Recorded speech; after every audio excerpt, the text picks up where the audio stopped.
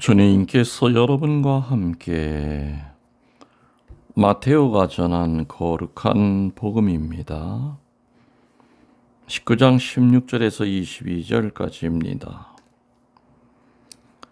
그때 어떤 사람이 예수님께 다가와 스승님, 제가 영원한 생명을 얻으려면 무슨 선한 일을 해야 합니까? 하고 물었다. 그러자 예수님께서 말씀하셨다. 어찌하여 나에게 선한 일을 묻느냐? 선하신 분은 한 분이시다. 한 분뿐이시다. 네가 생명에 들어가려면 계명들을 지켜라. 그가 어떤 것들입니까? 하고 묻자 또 묻자 예수님께서 이르셨다. 살인해서는 안 된다. 간음해서는 안 된다. 도둑질해서는 안 된다. 거짓 증언을 해서는 안 된다. 아버지와 어머니를 공경하여라. 그리고 네 이웃을 너 자신처럼 사랑해야 한다는 것이다. 그 젊은이가 그런 것들은 제가 다 지켜왔습니다. 아직도 무엇이 부족합니까? 하고 다시 묻자 예수님께서 그에게 이르셨다. 네가 완전한 사람이 되려거든 가서 너의 재산을 팔아 가난한 이들에게 주어라. 그러면 네가 하늘에서 보물을 차지하게 될 것이다. 그리고 와서 나를 따라라. 그러나 그 젊은이는 이 말씀을 듣고 슬퍼하며 떠나갔다. 그는 많은 재물을 가지고 있었기 때문이다. 주님의 말씀입니다. 전 예수님, 주님의 이름으로 평화를 빕니다. 오늘 연중 20주일 월요일 복음입니다. 오늘 어느 부자 청년의 이야기가 나옵니다.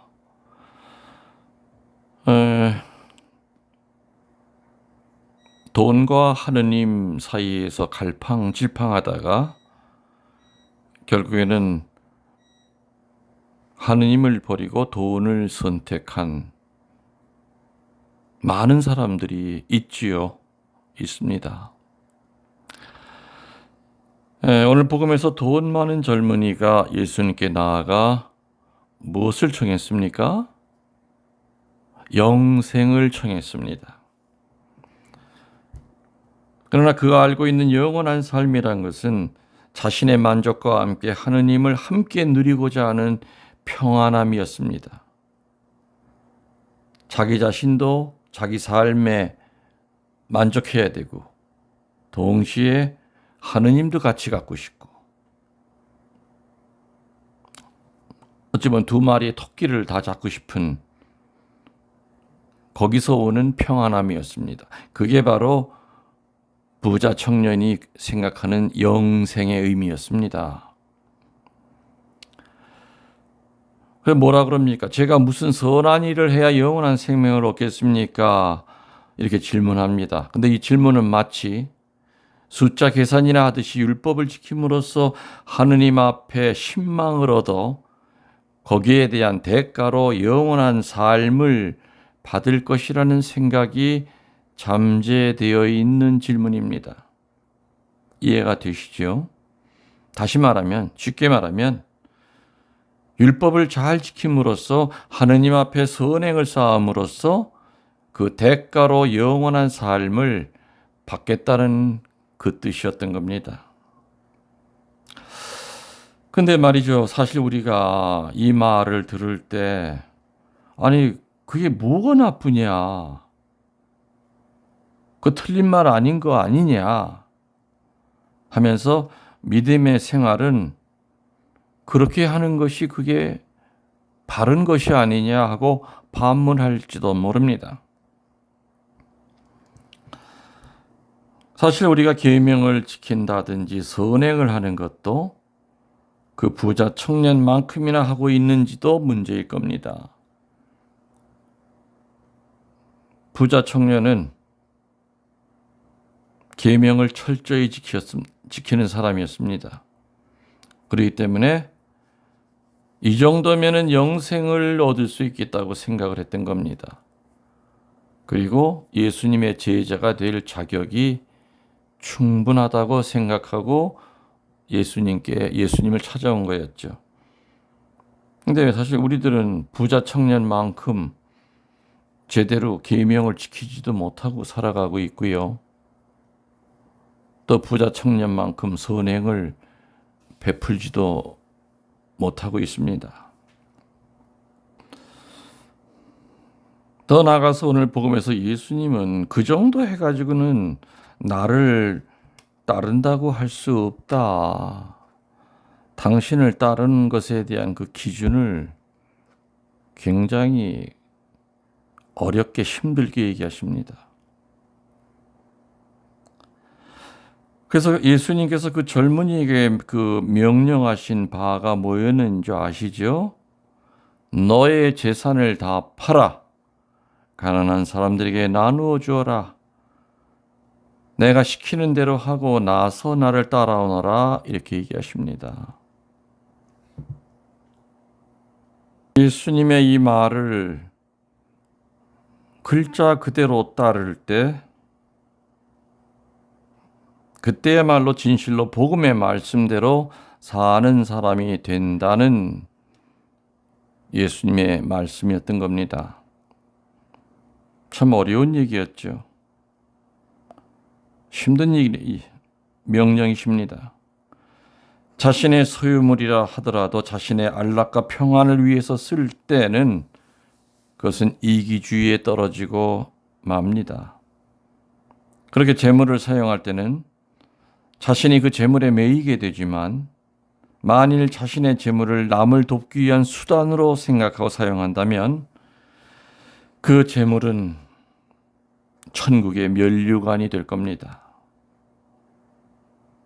그러나 오늘 복음에서 재산이 많은 그 젊은이는 예수님 앞에서 그렇게 할 수 없었던 겁니다. 그래서 그 젊은이는 심한 괴로움을 안고 예수님 앞에서 돌아서야만 했습니다. 그는 예수님의 말씀을 받아들일 수가 없었습니다. 그래서 그 젊은이의 비극은 그 자신의 재물을 가지고 이웃에게 봉사하기보다는 사람을 섬기기보다는 자신이 소유하고 있는 재물을 더 사랑했던 데 있었습니다. 하느님보다 재물을 더 사랑하거나 사람보다 재물을 더 사랑하고 그것을 지키는 데 마음을 온전히 쓴다면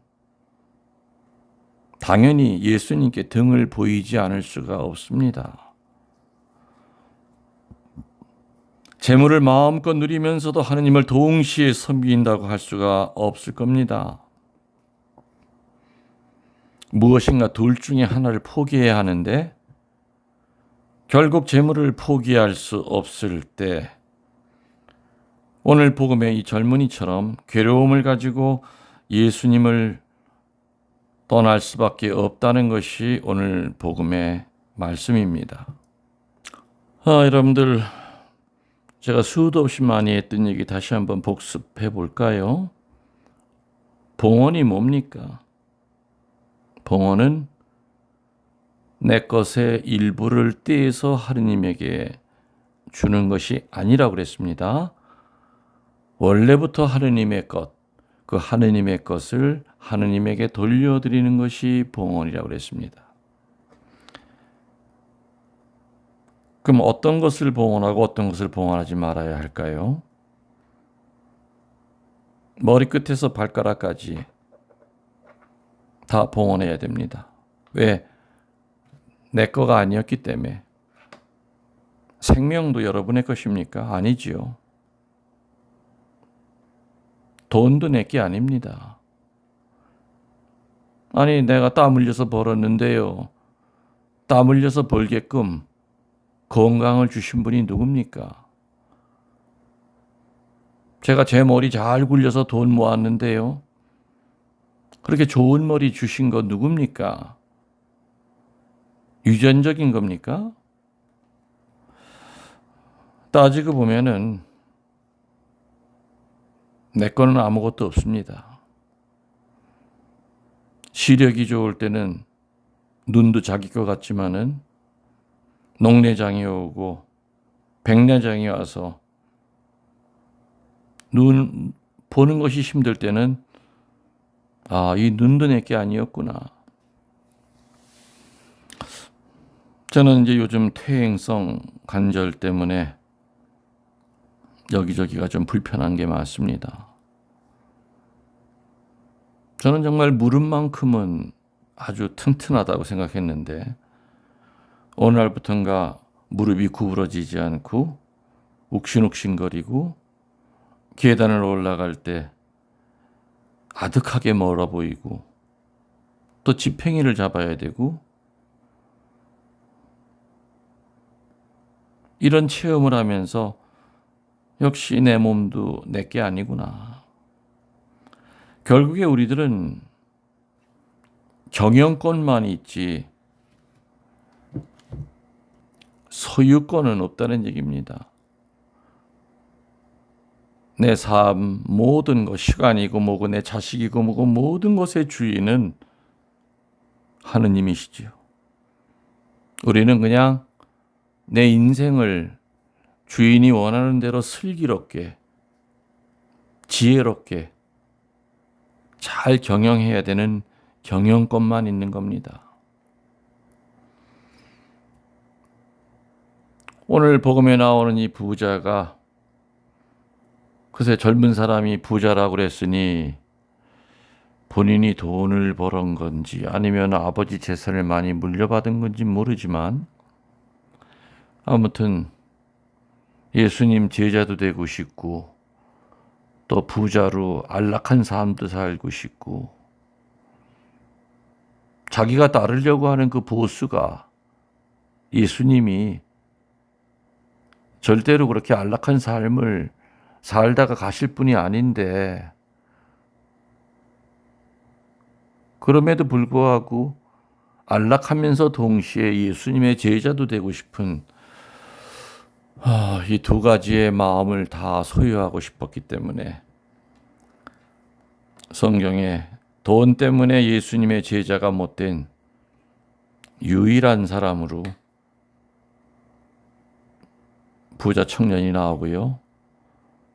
돈 때문에 예수님을 팔아먹은 또 유일한 사람으로 유다스가 나옵니다. 그래서 첫째 자리에 돈이 있을 때는 우상 숭배에 빠질 수밖에 없는 겁니다. 사람을 등쳐먹던 세리장이었던 자케오는 예수님 만나고 난 다음에 재산 포기 선언을 했습니다. 네 값을 갚아줄 것이요 내 재산의 반을 갚아줄 것이요 내가 혹시 나 때문에 재산적인 피해를 본 사람한테 네 값을 갚아주겠다. 그 내 재산의 반을 이웃에게 나누겠다. 모든 거 다 포기한다 그 뜻입니다.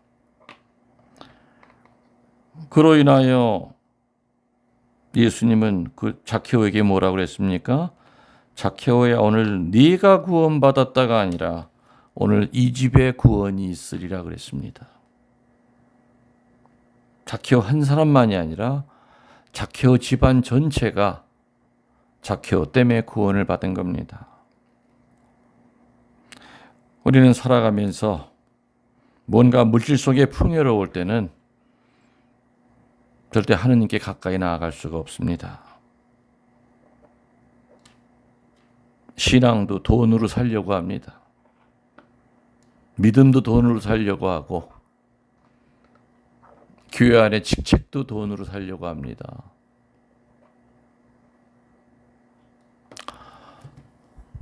우리들에게는 변명이 필요 없습니다.